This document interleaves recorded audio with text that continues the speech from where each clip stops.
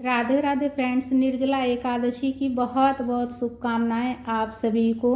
निर्जला एकादशी का व्रत करने से पूरे साल की एकादशी का पुण्य फल प्राप्त होता है। पूरे साल में 24 एकादशी होती है और निर्जला एकादशी का व्रत करने से पूरे साल की एकादशी का पुण्य फल प्राप्त होता है। तो निर्जला एकादशी की पूजा कैसे करेंगे, पूजा में चढ़ाए गए सामग्री का क्या करेंगे, दान कब और कैसे करेंगे और पूजा कैसे करेंगे, तो पूजा विधि मैं आप सबके साथ शेयर करूंगी और पूजा में चढ़ाए गए सामग्री का क्या करना है और 2026 में कितने तारीख को निर्जला एकादशी का व्रत करेंगे। और व्रत में जैसे कि निर्जला एकादशी का आपको नाम से ही पता चल रहा होगा, निर्जला एकादशी में पानी के एक बूंद भी नहीं पिया जाता है। तो व्रत में मुंह ना सूखे उसके लिए क्या करना है और कथा की पुस्तक में भी लिखा हुआ है। तो कथा की पुस्तक में जो लिखा हुआ उसके अनुसार मैं आप सबके साथ शेयर करूंगी, जिससे कि अगर आप निर्जला एकादशी का व्रत कीजिएगा तो उससे जो है ना आपका मुंह बिल्कुल भी नहीं सूखेगा और प्यास नहीं लगेगी। तो सबसे पहले तो निर्जला एकादशी के दिन स्नान कीजिएगा, तो स्नान वाले जल में थोड़ा सा गंगा जल मिलाकर स्नान कीजिएगा तो आपको गंगा स्नान का पुण्य फल प्राप्त होगा। और उसके बाद पूजा की चौकी लगा लेंगे। पूजा की चौकी जहाँ पर लगाएंगे वहाँ अच्छे से साफ सफाई कर पूजा की चौकी लगाकर पूजा की चौकी पर पीला रंग का कपड़ा हो तो पीला रंग का कपड़ा का आसन दे दीजिएगा। पीला रंग का नहीं हो तो कोई भी शुभ रंग का कपड़ा हो तो उसका आसन दे सकते हैं। पुष्प का आसन देकर विष्णु भगवान जी को विराजित कर लेंगे, गणेश जी को विराजित कर लेंगे और कथा की पुस्तक को भी हम रख लेंगे पढ़ने के लिए। कथा की पुस्तक को तो रख लीजिएगा। और उसके बाद देखिए इस दिन जो है ना जल से भरा हुआ मटका पूजा में रखा जाता है और दान भी किया जाता है। निर्जला एकादशी के दिन जल से भरा हुआ मटका का दान का बहुत ज़्यादा महत्व है। जल पिया नहीं जाता है लेकिन जल का दान किया जाता है। तो एक बड़ा सा मटका ले लीजिएगा, इतना बड़ा लेना है जितना कि कम से कम 2-3 लोग आराम से पानी पी सके। और उसके बाद उसमें कलावा बांध देंगे और जल, ताज़ा जल, स्वच्छ जल भर कर ढक कर रख देंगे। पुष्प का आसन देकर, अक्षत का प्रयोग नहीं करना है पूजा में, पुष्प का आसन दे देंगे, फूल का आसन। और उसके बाद देखिए एक छोटा सा प्लेट लिए हैं और उसमें हम स्वास्तिक बना ले रहे हैं, रोली चंदन से स्वास्तिक बना लेंगे। तो देखिए निर्जला एकादशी पर अखंड ज्योत भी जलाई जाती है, इसलिए कि जो है निर्जला एकादशी पर जागरण का बहुत ज़्यादा महत्व है। पूरी साल की एकादशी का पुण्य फल प्राप्त होता है। एकादशी के दिन जागरण का बहुत ज़्यादा महत्व होती है। तो इस दिन हो सके तो अखंड ज्योत जरूर से ज़रूर जला लीजिएगा। और अखंड ज्योत जलाने के लिए, अखंड ज्योत के लिए जो प्लेट लिए हैं उसमें हम स्वास्तिक बना लिए हैं और बड़ा सा दीपक लेंगे। दीपक आप धातु का या फिर मिट्टी का भी ले सकते हैं और दीपक आप तिल के तेल से या फिर घी से भी प्रज्वलित कर सकते हैं। दीपक में भी हम रोली चंदन से तिलक कर देंगे और उसके बाद हम दीपक प्रज्वलित करेंगे, इसलिए कि हमारी पूजा का साक्ष्य दीपक होता है। इसलिए सबसे पहले हम दीपक प्रज्वलित कर लेंगे, सबसे पहले दीपक प्रज्वलित कर लेंगे और उसके बाद दीपक प्रज्वलित करने के बाद हम अपना पूजा शुरू करेंगे। और देखिए अखंड ज्योत प्रज्वलित कीजिएगा तो एक चिमटा छोटा सा रख लीजिएगा ज्योत को संभालने के लिए। तो सबसे पहले तो देखिए व्रत का संकल्प ले लेंगे। व्रत का संकल्प लेने के लिए हाथ में पुष्प लेकर, जल लेकर व्रत का संकल्प ले लेंगे। अपना नाम और गोत्र बोलते हुए व्रत का संकल्प ले लेंगे। प्रभु से प्रार्थना करेंगे, हे प्रभु हमारा व्रत पूर्ण करना। और उसके बाद आपकी जो भी मनोकामना है व्रत का संकल्प लेते समय प्रभु से कहिएगा और हाथ में जो पुष्प रहेगा वो प्रभु के चरणों में समर्पित कीजिएगा। सबसे पहले गणेश जी की पूजा करेंगे। स्वच्छ जल में गंगा जल मिलाकर लेना है पूजा करने के लिए। सबसे पहले जल के छींटे देकर भाव स्नान करा लेंगे गणेश जी को और गणेश जी को वस्त्र के स्वरूप में कलावा समर्पित करेंगे, जनेऊ समर्पित कर लेंगे, रोली चंदन से तिलक करेंगे, गणेश जी को पुष्प समर्पित करेंगे। जिस भी कलर का फूल हो, माला हो चढ़ा लीजिएगा। दुर्वा हो सके तो ज़रूर समर्पित कर लीजिएगा गणेश जी को, इसलिए कि गणेश जी को दुर्वा बहुत ज़्यादा पसंद है। उसके बाद जल के छींटे देकर हम भाव स्नान करा लेंगे विष्णु भगवान जी को और तस्वीर में जितने भी ऋषि मुनि हैं, देवी देवता हैं, सबको हम भाव स्नान करा लेंगे। और कलश जो मिट्टी का जो हम घड़ा लिए हैं, जो जल भर कर रखें उसमें भी गंगा जल, स्वच्छ जल में गंगा जल जो मिलाया हुआ उसमें भी जल के छींटे दे देंगे। और वस्त्र के स्वरूप में कलावा समर्पित कर रहे हैं विष्णु भगवान जी को। वस्त्र हो तो आप वस्त्र भी दे सकते हैं। और जनेऊ समर्पित कर रहे हैं विष्णु भगवान जी को। पीला वाला चंदन से तिलक कर लेंगे विष्णु भगवान जी को। और तस्वीर में जितने ऋषि मुनि हैं सभी को तिलक कर लेंगे। और कथा की पुस्तक में भी हम तिलक कर लेंगे कृष्ण भगवान जी को, राधा रानी को।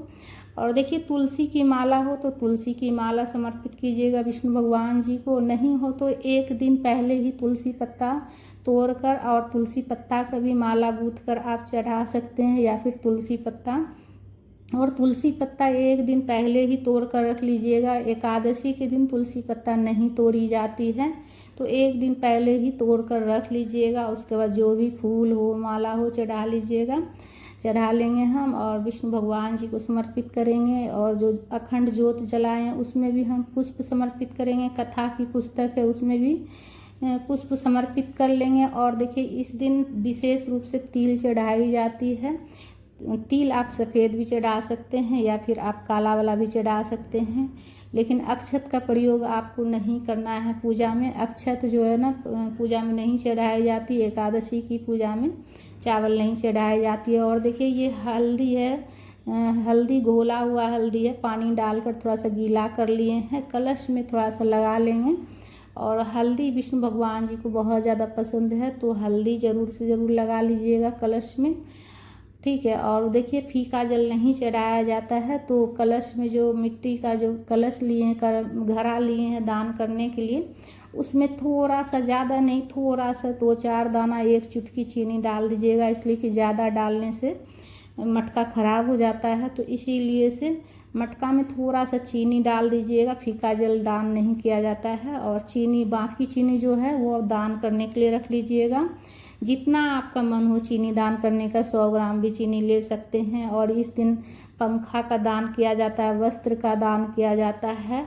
तो पंखा दान करना चाहते हैं तो पंखा भी रख लीजिएगा पूजा की चौकी के पास ही।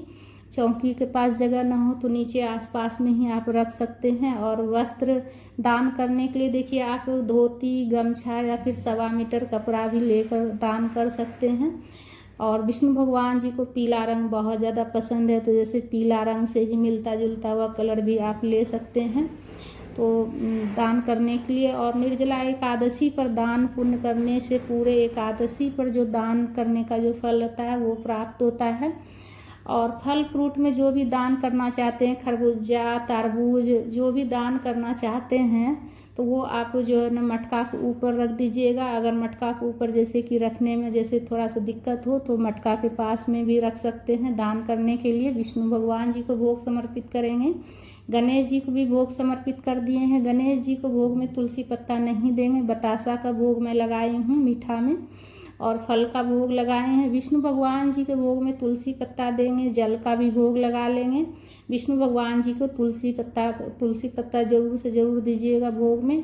और कच्ची कैरी इस दिन चढ़ाई जाती है। और कच्ची कैरी का क्या करना है वो आपको आगे जानने को मिलेगी। कच्ची कैरी ज़रूर से ज़रूर चढ़ाइएगा। निर्जला एकादशी की जो पूजा होती है उसमें विशेष रूप से कच्ची कैरी चढ़ाई जाती है, तो ज़रूर से ज़रूर चढ़ाइएगा। पूजा में कुछ दक्षिणा भी रखेंगे, इसलिए कि दक्षिणा रखने से हमारी पूजा में जो भी कमी रहती है उसकी पूर्ति हो जाती है। धूप प्रज्वलित करके धूप भी दिखा लेंगे, हाथ में पुष्प लेकर कथा पढ़ लेंगे, इसलिए कि हमारा व्रत और पूजा तभी पूर्ण होता है जब हम कथा पढ़ते हैं या फिर सुनते हैं। तो निर्जला एकादशी की कथा पढ़ लेंगे। और देखिए कच्ची कैरी का क्या करना है, कथा की पुस्तक में लिखा हुआ है। तो कच्ची कैरी का क्या करना है, तो देखिए इस दिन कच्ची कैरी का सागर लिया जाता है। देखिए इसमें भी लिखा हुआ है। और क्यों लिया जाता है, देखिए कोई भी व्रत ऐसा होता है तो भगवान कुछ ना कुछ रास्ता तो निकाल ही देते हैं। कच्ची कैरी का जो टुकड़ा रहता है ना पूजा करने के बाद, वो जीभ के नीचे रखा जाता है जिससे कि मुंह ना सूखे, ठीक है, मुंह नहीं सूखता है इससे। लेकिन ये जो कच्ची कैरी का जो पानी आएगा मुंह में रखने के बाद उसे घोटना नहीं है, ठीक है। ये नियम अगर आप निभा सकते हैं तभी रखिएगा, इसलिए कि निर्जला एकादशी में एक बूंद पानी भी मुंह में पेट में नहीं जानी चाहिए। चाहे वो आप कच्ची कैरी जैसे रखते हैं मुंह में तो उसका पानी भी आएगा तो वो भी नहीं घोटना है, थूक देना है, ठीक है। तो ये नियम अगर आप निभा सकते हैं तभी रखिएगा। ऐसे तो इसमें लिखा हुआ कच्ची कैरी का सागर लिया जाता है, तो थोड़ी देर के लिए भी आप रख सकते हैं जीभ के नीचे। ऐसा नहीं कि पूरे दिन, अगर आप चाहे तो पूरे दिन भी रख सकते हैं, लेकिन इस नियम को निभाना होगा आपको। कच्ची कैरी लेने के बाद जो मुंह में पानी आएगा उसे थूकना नहीं है, थूकना है, उसे घोटना नहीं है, ठीक है। कच्ची कैरी का जो पानी आएगा मुंह में उसे घोटना नहीं है, थूक देना है। और उसके बाद आरती कर लेंगे। कथा पढ़ने के बाद आप एक और दीपक प्रज्वलित करके भी आरती कर सकते हैं या फिर कपूर से भी कर सकते हैं। आरती प्रेम पूर्वक विष्णु भगवान जी की आरती गाते हुए आरती कर लेंगे। आरती करने के बाद आचमनी कर लेंगे। आचमनी करने के बाद पूजा हमारा पूर्ण हो जाता है। पूजा करने के बाद देखिए जल से भरा हुआ मटका जो है वो आप दान कर दीजिएगा। दान करने के लिए जो भी चीज़ चढ़ाइएगा पूजा में वो सब दान कर दीजिएगा, जैसे पंखा हो गया, वस्त्र हो गया, चीनी हो गया, पूजा में जो दक्षिणा चढ़ाएं वो हो गया, जल से भरा हुआ मटका हो गया। किसी पंडित ब्राह्मण को दान कर दीजिएगा, या आसपास में कहीं मंदिर हो तो वहाँ भी जाकर आप दान कर सकते हैं। और अगर कोई पंडित ब्राह्मण भी आसपास ना दिखे, मंदिर भी ना मिले, तो ऐसे में जो है जैसे आसपास जहाँ आप रह रहे हैं वहाँ पर ना हो मंदिर भी और पंडित ब्राह्मण भी ना मिले, तो ऐसे में आप किसी गरीब को भी आप जल से भरा हुआ मटका का दान कर सकते हैं। जो भी चीज़ आप दान करना चाहते हैं आप किसी गरीब को भी दान कर सकते हैं फ्रेंड्स। तो 2026 में देखिए 25 जून को निर्जला एकादशी का व्रत रखा जाएगा, 25 जून को, और दिन गुरुवार पड़ रहा है। इस बार बहुत ही शुभ दिन पड़ा है। गुरुवार विष्णु भगवान जी का दिन है और विष्णु भगवान जी को बहुत ज़्यादा प्रिय है गुरुवार का दिन, तो बहुत ही शुभ दिन पड़ा है इस बार। तो पूजा की चौकी अगले दिन उठाइएगा और पूजा में जो चढ़ाया हुआ प्रसाद है वो कुछ प्रसाद आप रख लीजिएगा, अगले दिन गर्म कीजिएगा। निर्जला एकादशी में पानी का एक बूंद भी नहीं पिया जाता है। और पूरे दिन निर्जला एकादशी के दिन पूरे दिन विष्णु भगवान जी के मंत्रों का जाप कीजिएगा। ओम नमो भगवते वासुदेवाय मंत्र का जाप कीजिएगा। रात्रि में जागरण कर लीजिएगा, हो सके तो कम से कम 12 बजे रात तक जरूर से जरूर जागरण कर लीजिएगा। अखंड ज्योत का ध्यान रखिएगा, अखंड ज्योत जरूर प्रज्वलित कर लीजिएगा। वीडियो अगर अच्छा लगे तो लाइक ज़रूर कीजिएगा और वीडियो को ज़्यादा से ज़्यादा शेयर कीजिएगा। और विष्णु भगवान जी की जयकारा जरूर से जरूर लगाइएगा। चैनल पर नए हैं तो चैनल को सब्सक्राइब कर लीजिएगा। और पारण अगले दिन विष्णु भगवान जी को जो प्रसाद चढ़ाइएगा उसी को खाकर पारण कीजिएगा। सबसे पहले तुलसी पत्ता जल ग्रहण कीजिएगा। निर्जला एकादशी के अगले दिन, पारण वाले दिन का बता रही हूँ मैं। पारण हमेशा जो है ना, एकादशी का जो पारण होता है सबसे पहले तुलसी पत्ता और जल ग्रहण करना चाहिए।